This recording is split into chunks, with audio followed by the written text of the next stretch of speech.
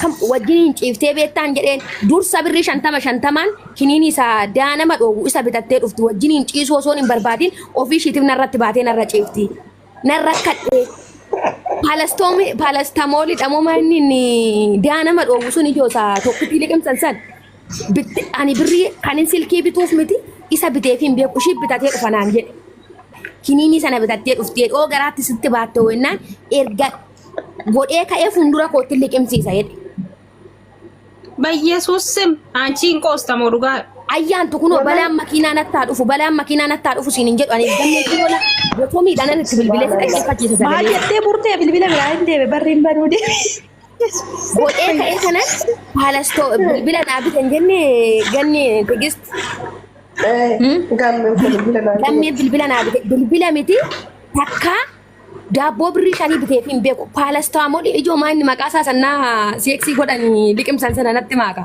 Isa yoo fi hiti farmasi ijoollee babbanne nu nyaate maaloo ijoollee bakka jaarsi keenya nu akka garaatti baanne oo garaatti baatte siisisuu dandeessi har'a tolu otoo jirtu ofirraarii jennaan fuuldura koottan paalastamoolii sana liqimsiisanaan jedhe kana kunoo tegisti dhoqqeen kanaafan jibbee xireeffadhee hudduu shitti tufanii tiiktookii koo ajandaa ishii godhadhe ani waa malee nama yaabbadhu ijoollee Oromoo dhugaa waaqayyoo isinitti bahe jechuudha ani intala shawaa intala safuudhaan tiguun ganama ilmaan shuxaamee jette ilmaan shuxaamee nu holitti araaramna shuxaamota nuun jette ilmaan shuxaamee ishii afuudhaan aarsaa baay'een arrabsaa jirti ababaayii walitti araaramna jettee immoo Islaamiti ijoollee Islaamiti dhugaa rabbii ani duraan yaaduma hojiidhumaaf gammeenis yennoo jedha jedhe seeda taaptaa wal godhaniiru.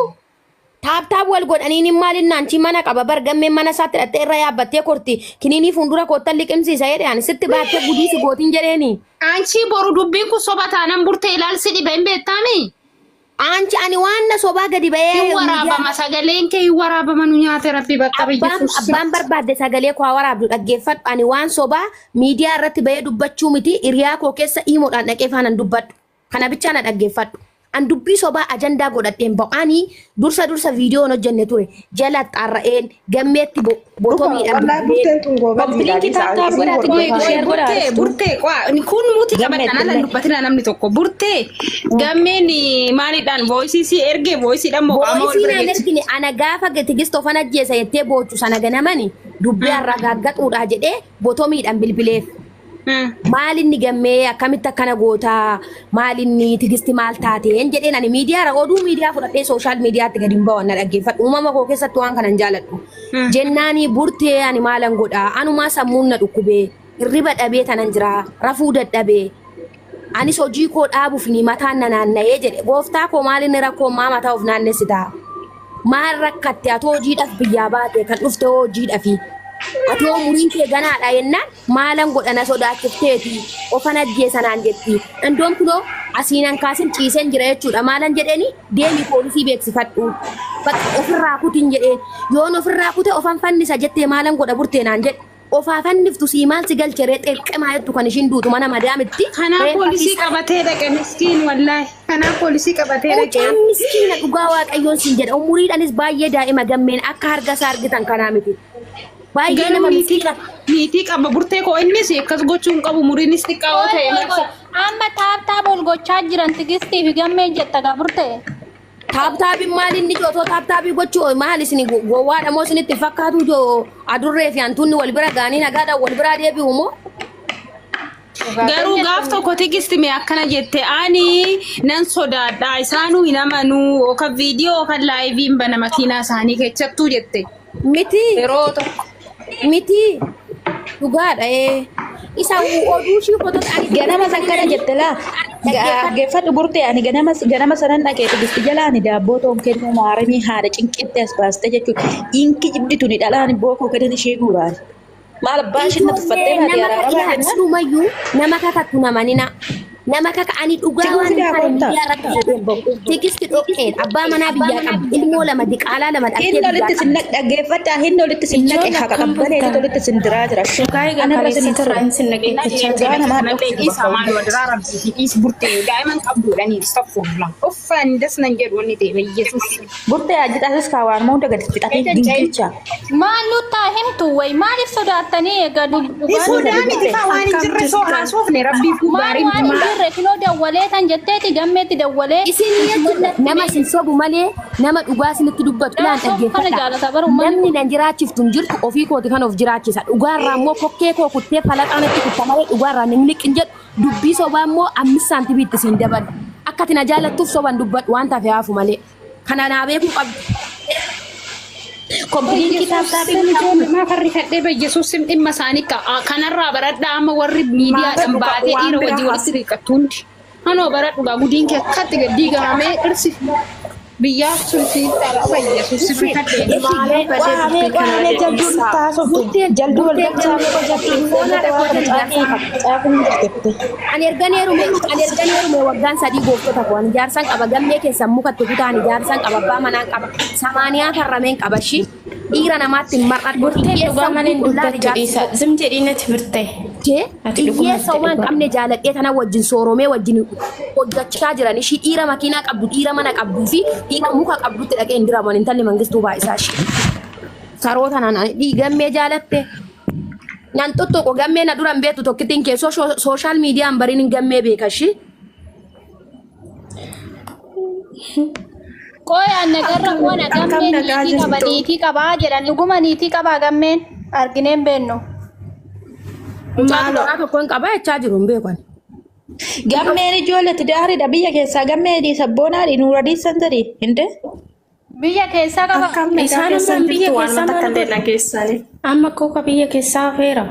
Argatanii baasii maal biyya qabaata fida akkanan qabu boo. Hin qabu. Gammeen anaaf beektikis anaaf gammeen waanuma tokko walirraa hin qabnu gammeenis manaa ni biyya ni haadha warraa qabaan illee immoo abbaa warraatiin qaba eeyyamsiise wajjumaan taphachuu malee wanni tokko nu hedduun jiru jettee taasofte har'a ganama dhaga'ee jira. Koomentiin maal ta'e fuulduraa badee ana qoy. Dhugaan dubbate baraarra finoo burteen dubbatte akka taaptaa Ani ijoollee dhaggeeffadha isin uummata miskiinan ta'ina ishiin kunis dhuftee kan odeessitu ishiin sunis dhuftee kan odeessitu dhuguma jettanii baasna. Akka kattakanii dhiisaa irratti hin cufina winiin. Tigis akkatu jette akka ayyaantu jette nama arrabsuudhaan feemasii taate malee barumsa maayyibiidha feemasii miti. Bakka waanuma ijoolleen maayyiboonni donqoorronni gadi baatee odeessite dhugaadha jettanii fudhattanii baatanii na cabaccabina. Tigisti Amma mee burtee dhaggeeffadhaa uummata Oromoodha. Iccitii isaanii dhugaa fi qoymeesim jedhi masaratti gadi hin baasaa lakkoofsa tokko sababni isaa ganni koo jennee nu caaltuu wajjin dhoggadheen gaddaati kaardii keenya hin jennu nama jabaadha jennu nama dubbisnee hin beekne dafarree dubbisnee haraarsaa jenne koo ganni ennaan nu tuffattee deemte miti nu tuffattee baate miti dhugaa rabbii sinis sammuu dhaggeeffadhaa jette. Ijoolleen tunu dhuguma wal lolte gaaffii natti ta'a ajandaa wal godhachuu. Qoy masaraatatti nama jalan dubbatee nitiidha. Dhaggeeffadhaa dhuguma uummanni uummata kanatti gassinii yaasu dhugaa waaqaa jechuudha. Nu tanganenne mataan sochoosinaa isin immoo mataan sochoosinaa jette miti ganni. Dhugaa rabbii jechuudha mataa sochoosne. Ani isin lamaan gidduutti baay'ee dadhabe isin lamaan gidduutti maqaa hin qabne natti bira. Gammee achi harkisaa turte tiguu achirraa harkisaa turte jedhanii maqaa koo balleessan gadi na galabbatanii. Garuu hoditti sinan aarsa jedhee uummata san tuffadhee irra darbe. Uummata san tuffadhee herga sin diddanii osoo dhiira ta'e jala akaksitushi. Gammee soorii mangistii koo mubee koo aslii koo jettu fagaara keessatti tan hudduu cabse dhugaa rabbii nu tuffattu miti. Fooloo kiyya gadi qabdee laalteen na tuffattee baadashi. Ni guddifna fooloo warra jirtan namni dhibbish gadiiti maal dulloota walitti qabee wajjin afaan Gammeen arrabsiin kinoo gammeen as jala jira. Gammeen dhugaa waaqa jiraataa gammeen arrabsiin burtee as hin buusu. Nan buusin oddoo dhiirri oolu haa oolu dubara dulloota ofitti hin fidin hojiisaa hojjetu. Gammeen kottol gadi gammeen kottol gadi gammeen hangalchaa zim jedhi burtee dhugaa rabbii gammeen arrabsiin gammeen alaa irratti ol fixaa jirti mucaan miidhaga hin tuqina gammeen hin tuqina fuuldura kotta. Gammee galcha ani taap gootee dheen gaafadha wallahi kana keessi Qoy gammee naa galchi suusee gammee kottuti ol gadi Tigisti taap gootee gammee. burtee atis soba keessumatti si qallalchi. Isa malu kadra rabbi. Muyitii qabadda gammee miira keessaa bahe ani si jaaladha. Qoy miira keessaa bahe biroo. miira keessaa bayate dhalaa ol fixxee wajjin hin maraatin. Dhaggeeffadhu ati burtee tana kinoo as keessa jirti. Eengada gaafa Tigistoo kana ajjeesa jette burtee bira dhatte burteen bootii miidhagsii dawwaltee burteedhaa dawwaltee burteen lakkii Tigistii biraa afisiin jennaan maalan godhaani Tigistii waa tokkoyyuu farankaa takka ittiin baasu kiniinii ofii liqibsituyyuu qarshii ishiitiin bitatti ani taabtaab ishii godheen manatti ishii deebisaa naan jedhe gammeenii jette kinoo maqaa namaatis hin balleessina gammeen kinoo dhufe atillee kana goonas sittiin gadda dhugaa rabbii jechuudha baay'ee si jaalladha garuu hiccitii dubartii akkana gadi baasu gammee burteen nutti hime dubbiin kun dhugaa moo soba Burtee akkasii sin jedhaa rooko. Gammee na dhaggeeffadhu. Ilaa amma jechuudha waan na tokkittiin dhoksin Tigist ofan ajjeesa jettee si doorsiftee ati dirqamaan gammee faana jiraachan jettee natti himne kootu kunoo laalaa kun ofii isaatiif bahe. Ani soban dubbadhu.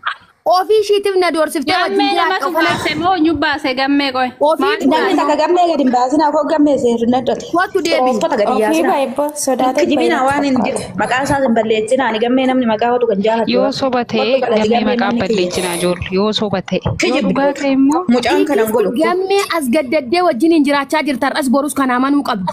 Ofan ajjeesa jettee gurbaan miskiina doorsiftee wajjin haadhiisu jiraachaa jirti. aduutu maaltu sagalchiree haadhi Kanaafan jedhe baruu Gammee ol deebisaa mee dhugaa naa baatu burtee fi gammee gidduutti gammee ol deebisaa. gammee kottu seeniti yoo dubbiin kan dhugaa ta'e irraa hiikkadhu obboleessa kiyyee.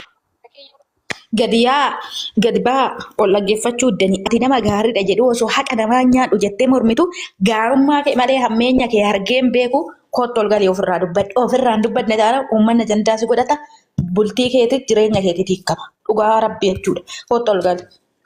Naman tuffatina fooloo namaa gadi qabdanii ilaaltanii naman tuffatina fooloo miti sammuu namaa laalaashee. Akkas naan jedhee kanaaf maraatu jedheen ani foolisii qabadhee dhaqeeyyuudha jedhe foolisa qabattee dhaqxe sanii kottu tiimti dubartii badhaasisin liqseetu mana ni jechuudha. Qooyi kaa burtee waan ishiin jette gammee gaafa sanii dawwaleeti ani jalduu siin dawwalle jalduun daarikti. Kaardiin qabu deebisiin jette ani jalduu sitti ergee dhakkiti guudhaaliin jedheeni burteen immoo isaan dura ganama dawwalee fi jette gaafa sanillee dubbatteerti. Dawwallaaniif gammeen ani maalan godhaa jaalala narraashii qabee sobdee caammaa fa'aa naabiti minaamina jettee sobdee odeessiti tiguunanii waa takkayyuu ittiin binne kineenii yeroo na wajjin hin ciistuuyyuu ofii ishiitti bitattee liqimsitii fuuldura ennaan garaatti afeen lakkiisi salphistii yaa gammee. Amma namni tokko dhiirri tokko akkas godhee odeessatti. Yaaddaanii keessumaa keessa naaf odeessu dhaggeeffadhu kan odeessu dubbii hunda ishiitti siifi ta'anila. Lakkii yaa gammee atirree daa'ima biyyaa qabdaa salphattaa mucayyoo tana ofirraa kuti jennaani hani maalan godhaa akka ishii garaatti nafne dirqamaan kiniinii ishee obaasee manatti ishii deebisa dirqamaan jettette. Ati kana godhuu kee guyyaa takka dhageen beeku garuu. Bootii miidhanan dawwaleef jettee burtee sagalee bootii keessaa hin baasii fidi maqaa ilma dhiiraan balleessini dhugaa rabbi jechuudha. Garuu burtee kana balleessuutti baay'ee gaddeenii waaqni sinaa eebbisuun ulfaadhaa rakkoo hin qabu. Dhugaa yoo qabaatte gammee abshir nuti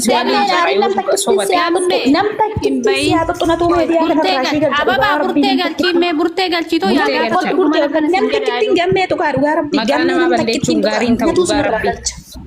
Alaa maraatee wajjin hin gammee ni qaba seetan immoo farramanii taatu sabbaan itti kenna seetan. Maalan balleessaan kumaan nama kana ijoollee. Abshir romaan balleessine ati qoy sagaleen hin gaama rakkatte too sagaleen jirre gammee miira keessaa bahe sagalee san nuwaa fiddu miira keessaa bahe asuma keessa ture. Sagalee yuuti bakka waan maaf ulfaadhaa.